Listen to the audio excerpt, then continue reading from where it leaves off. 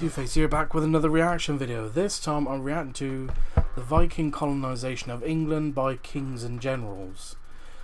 So it's been a long time since I've learned about this, because just English history alone is confusing for a lot of English people, let alone people who are not English. So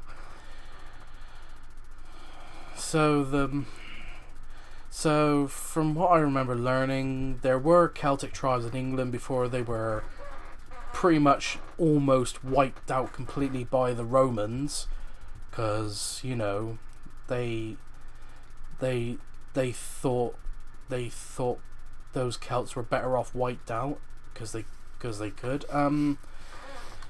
Even though the Romans did do a few good things for England, like invent proper roads and sewer systems and colleges and all that, but still, at the expense of killing off thousands of Celts that lived in England. Assholes. Yeah, the only Celtic civilizations were the Gaels, which I think were the Irish, the Picts from Scotland, and the Britons from West England and Wales.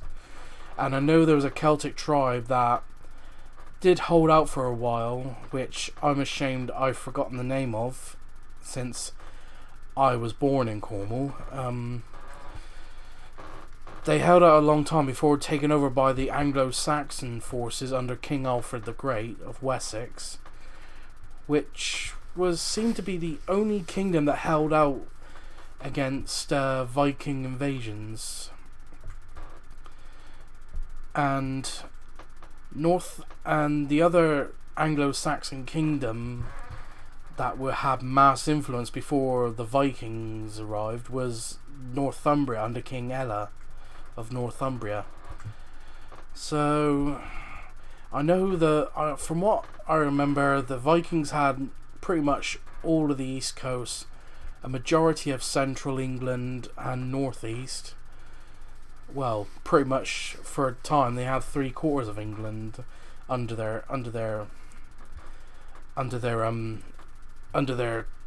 rule. Sorry, I don't know why I struggle to speak then. The record skipped.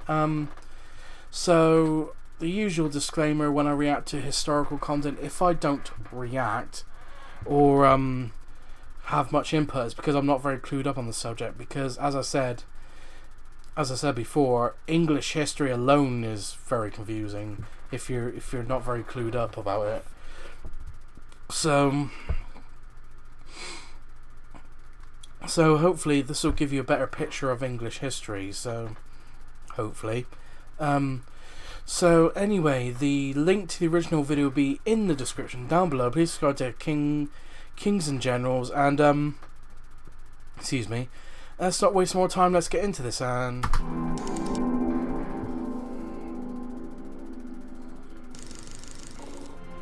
when the Norse started raiding the English coast in search of gold and riches, they were driven by their own greed and lust for warfare. But when the Vikings started to settle the British Isles, they were driven by the necessity to survive. There wasn't enough land in the overpopulated Scandinavia to feed everyone. All I know about is I think at the time Norway. I don't know about. I think Norway, Sweden. I don't know about Denmark. But a majority of Scandinavia was ruled by Harald Fairhair, King of Norway. Because the rumor was that the woman he tried to court said she wouldn't court a man or a king who had such a small kingdom, which might be a misinterpretation, but eventually he conquered all of Norway, most of Sweden, and I'm not sure if he ever went into Denmark, because I think at the time, I think that was under King Hrolf, which was the Danish King Arthur, before he was killed by his cousin Hilvarthr. I've probably butchered that pronunciation. But yeah, as you can probably see the map on the screen. Thus, the Vikings colonized parts of England. Yeah. So yeah, a majority of England here. So this is before the invasion by the Summer Army of the Ragnarsons into Northumbria, because before the Danelaw, Northumbria was, I think the Kingdom of Northumbria was like down like this, if you can see my mouse pointer, down to there before because I remember learning about Ragnar Lothbrok, who I know I've only seen the first episode of the TV show Vikings before anyone asks. All I know is from the sagas, Ragnar Lothbrok was shipwrecked somewhere off Northumbria and captured by King Ella, who, to put a horrible death on Lothbrok, was to throw him in a snake pits, which he gave out the famous warning, and I'm not going to try and say it in Old Norse because I'm not very good at it, but it translated to, the piggies will grunt when they hear how the old boar died, which they did. They literally launched from, I think, down here from East Anglia and pretty much obliterated the armies of Northumbria and killed King Ella. And they'd done it to take vengeance for their father. So Mercia was a disputed territory between mostly between the Saxons, the Vikings, and the Britons. So, as I said, Cornwall for a time had its own tribe of people, which, as I said, for someone who's been born in Cornwall, I'm ashamed to admit I've forgotten the name of them, which were conquered by Wessex under King Alfred the Great.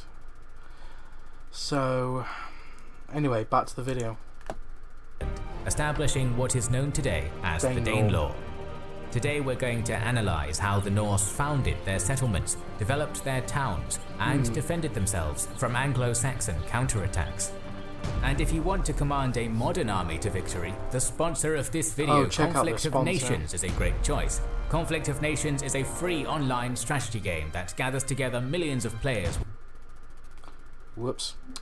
in real time in games that can take weeks to complete. Loading Conflict of Nations via the link in the description. Contrary to the common belief that the English countryside was unsettled, when the Vikings arrived at the British Isles, they found England intensively farmed, with few open spaces where they could establish their own villages. This meant that they could only take the land by conquest. I think not just because I've played quite a bit of Assassin's Creed Valhalla, but remember, there were still ruins of the old Roman Empire. There were still cities that were built, cities and towns and settlements that were built by the Romans. So instead of like knocking down, just settle in the buildings that survived when the Romans left. Norse staged invasion after invasion, gaining control of entire English estates with the established administrative structures. Some Viking leaders also purchased estates from the Anglo-Saxons, especially in northwestern England, where many places have names like Copeland, which means bought land in Old Norse. Once the Vikings had successfully acquired the lands, the leaders would then divide the estates amongst their followers in reward for military service, and they would expect to receive tribute whether the land was held by Norsemen or by Anglo-Saxons.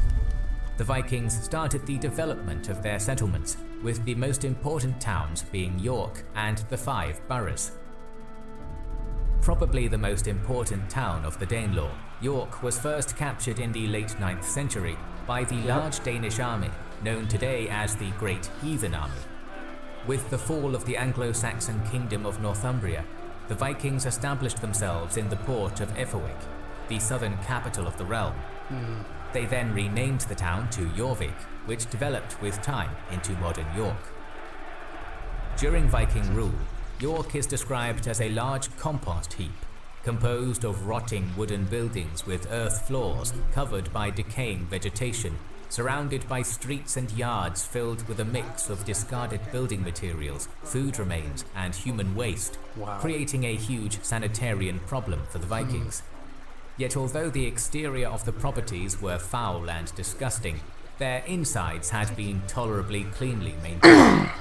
Around their capital, because it's been rumoured that the Norsemen or Vikings, they were more hygienic than the Anglo-Saxons. Many Danish and Norse settlements were then founded, mostly small farms. But despite their size, they had a huge effect on English society, shown by the introduction of a large number of Scandinavian words associated with farming into the English language. Some of the Danish farmers then sailed up the rivers of the East Midlands and found sparsely settled Arab. A lot of people don't realise how versatile longboats were, because a lot of them can travel through shallower rivers, and they're amazing how they're constructed. Especially that even going under low bridges, you can just simply take the mast down, and that's how well thought out longboats were. Arable land. Many villages were then settled, with names of recognizable Scandinavian origin ending in the prefixes "by", which means village, and "thorp", which means farm. For example, Derby means deer. It's pronounced Derby. Deer village in Old Norse.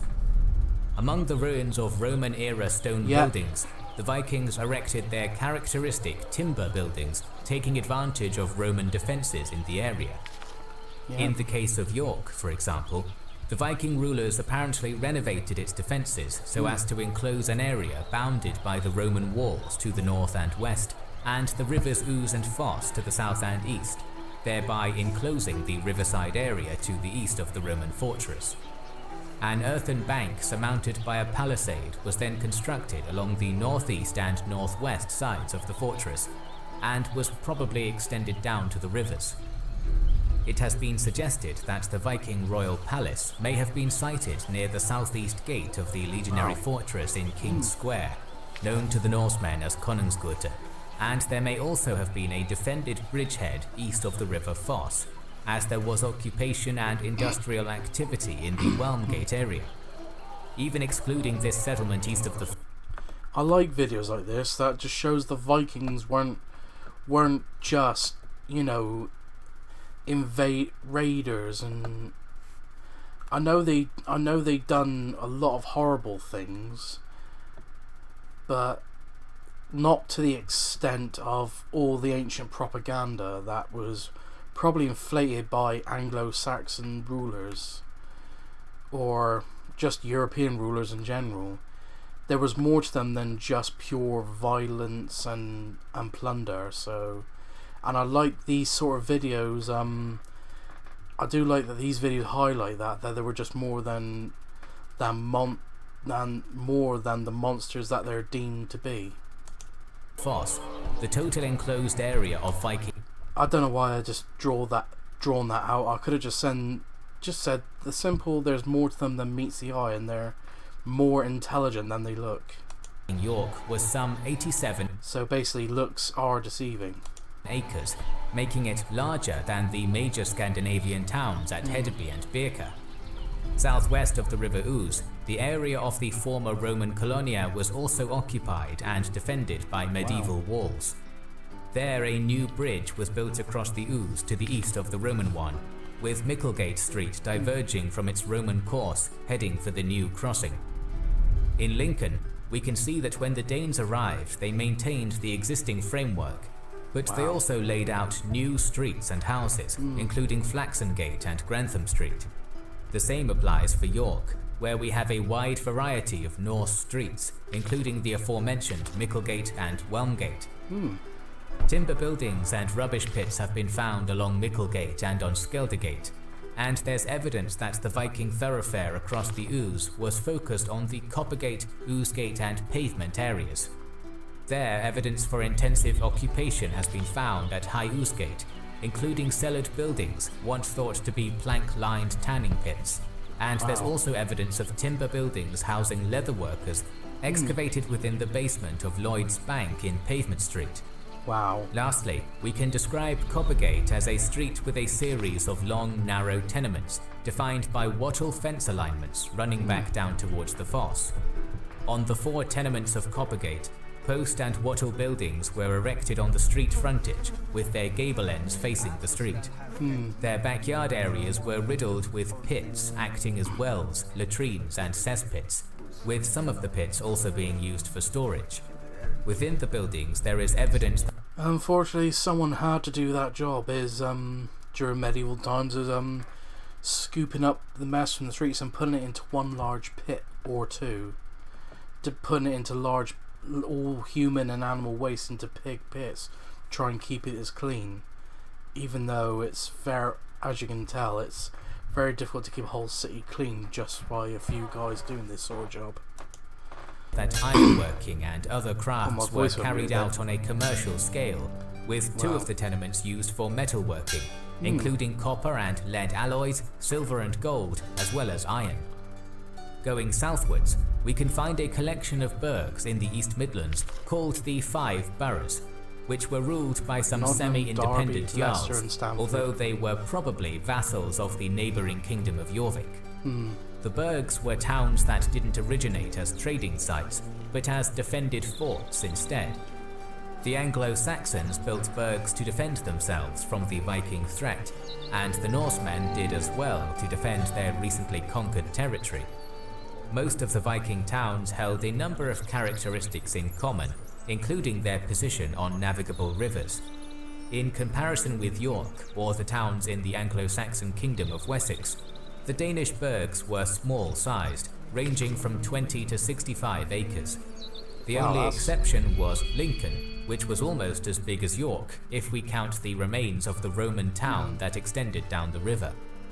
Such as the latter, Derby and Leicester had been Roman fortifications before the arrival of the Danes, but some of the other towns were first established by Anglo-Saxons in the 7th century. At Nottingham and Stanford, for instance, there is evidence of Anglo-Saxon fortified estate centres. On top of them, the Vikings built their burghs and defended them with major ditches 6 meters wide and 3.5 meters deep. Whoa. As such, ditches were one of the main defence systems that the Vikings used in those towns that lacked Roman-era fortifications.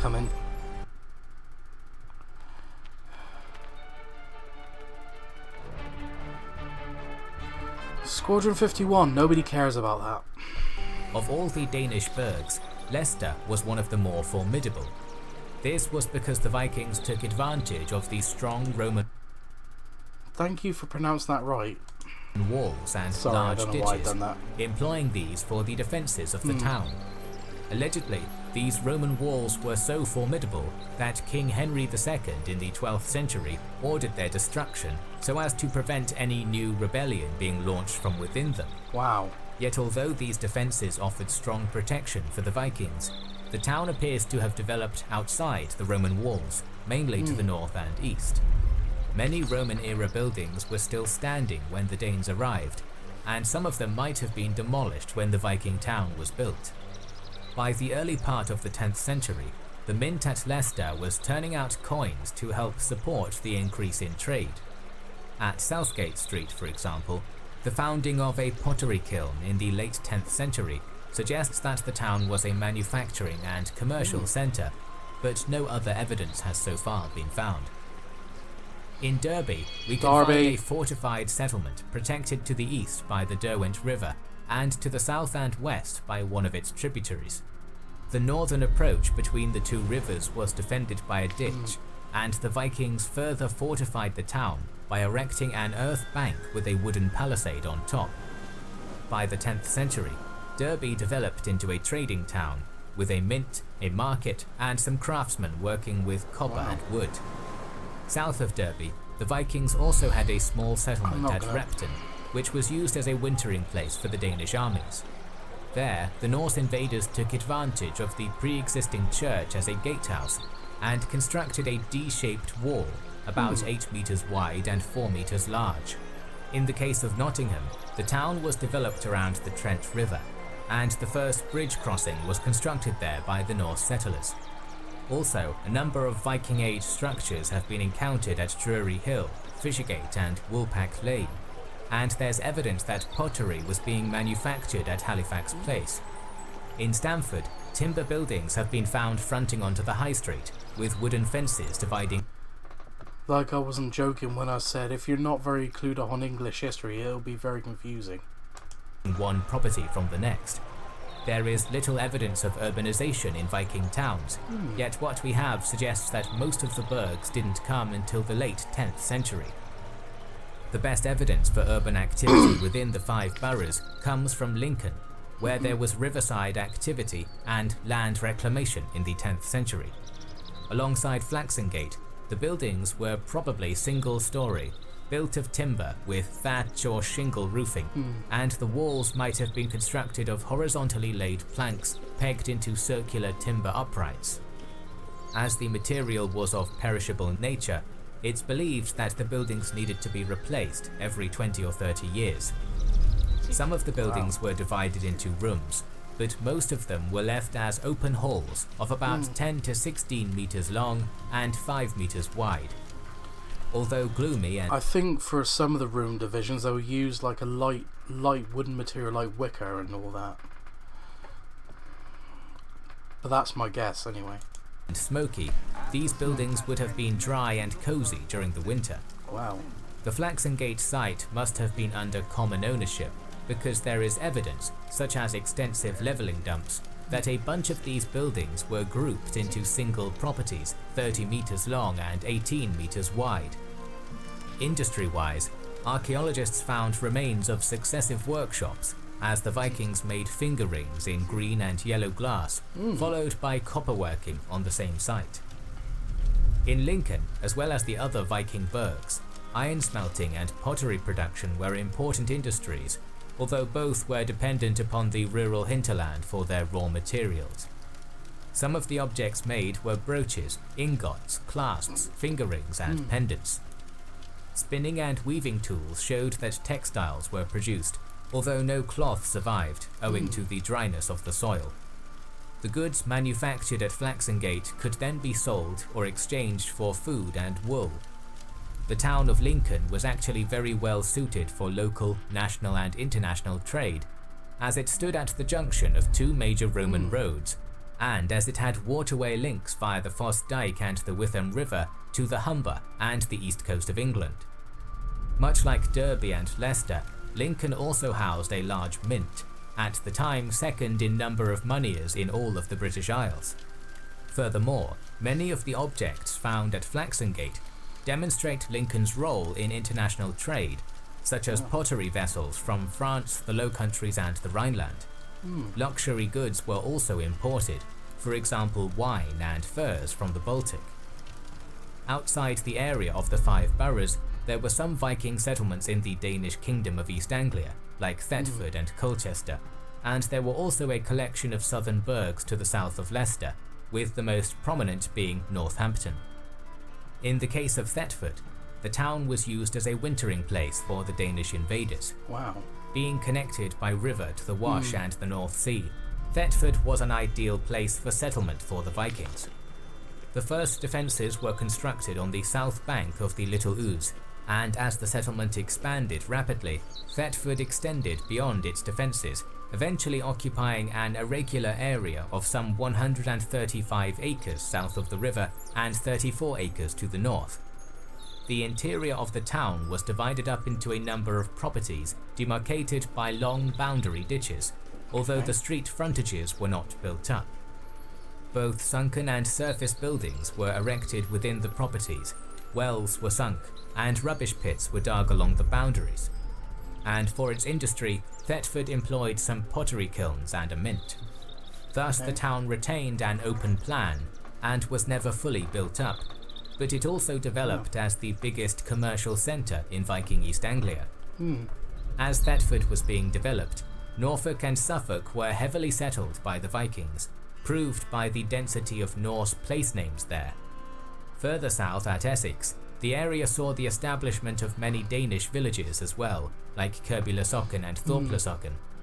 The main town there would be Colchester, although this would only be used as a wintering place and wouldn't be developed as a burg. As for Northampton, the Vikings settled in an area of around 59 acres enclosed by a wide ditch. Within this area, there is no evidence for the deliberate laying out of a street plan, but a number of buildings were erected in a fairly loose settlement pattern comparable to that at Thetford. In the 10th century, the town became the base for a large number of craft workers, including those working in iron, copper and silver, bone and antler, and textiles. It is believed that Northampton was initially built by the Danes as a military base from which to conduct attacks on the Anglo-Saxon kingdom of Mercia, but it instead rapidly developed into a successful town. Around Northampton, the towns of Cambridge, Huntingdon, Tempsford and Bedford were all probably a relevant point, but at this time the Britons were hostile towards both the Saxons and the Norse, so it's interesting what could play out. Also settled by the Vikings as military bases from which to raid into Anglo-Saxon territory. These, however, didn't develop like Northampton did because they would be subjected to retaliations by the Anglo-Saxons. Wow. In conclusion, the Vikings had a great impact on the development of medieval England. The towns they settled and developed would become major trade centres like York, Leicester and Lincoln. The Danish invasion also caused both the Vikings and the Anglo-Saxons to build defensive burgs, and their colonization of the English countryside also put some of the Viking centres in contact with international trade coming from northern and western Europe, something which would remain for long after the Norsemen had been expelled from the British Isles. We can be certain that the arrival of the Norse people laid the foundations for what we know today as medieval England. Once again, thanks to Conflict of Nations for sponsoring this video. In this game, you command a modern army in a 21st century conflict. Download the game via the link in the description and get an amazing new player pack. More videos on the Norse are on the way, so make sure you are subscribed and have pressed the bell button. Please consider liking, commenting and sharing, it helps immensely. Our videos would be impossible without our kind patrons and YouTube channel.